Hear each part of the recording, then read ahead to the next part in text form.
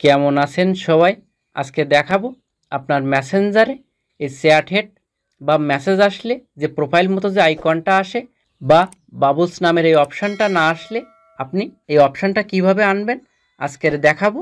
চ্যানেলে নতুন হলে প্লিজ সাবস্ক্রাইব করবেন এবং বেল বাটন বাজাবেন, আর ফেসবুক হলে ফলো এবং শেয়ার করবেন প্লিজ।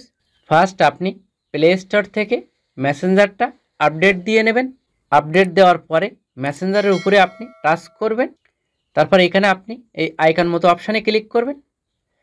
এইখান থেকে নোটিফিকেশনে ক্লিক করবেন, এইটা অফ থাকলে এইটা আপনি অন করে দেবেন। তারপর একটু নিচের দিকে আসি, এখানে আপনি স্টোরেজে ক্লিক করবেন। এইখান থেকে ক্লিয়ার ডাটা বা ক্যাশ ডাটা দুইটা আপনি ডিলিট করে দেবেন। তারপর ব্যাগে আসি, তারপর আপনি মেসেঞ্জারে ক্লিক করবেন। তারপর আপনি মেসেঞ্জারের এই মেনু অপশানে ক্লিক করবেন। তারপর এখানে আপনি সেটিং অপশানে ক্লিক করবেন। তারপর আপনি একটু নিচের দিকে আসবেন, এইখানে চ্যাট হেডস নামের এই অপশানটা অফ থাকলে এটা আপনি অন করে দেবেন। এরপর থেকে চ্যাট হেড বা প্রোফাইল মতো আইকনটা আপনি দেখতে পাবেন। মেসেজ আসলে প্লিজ সাবস্ক্রাইব করবেন।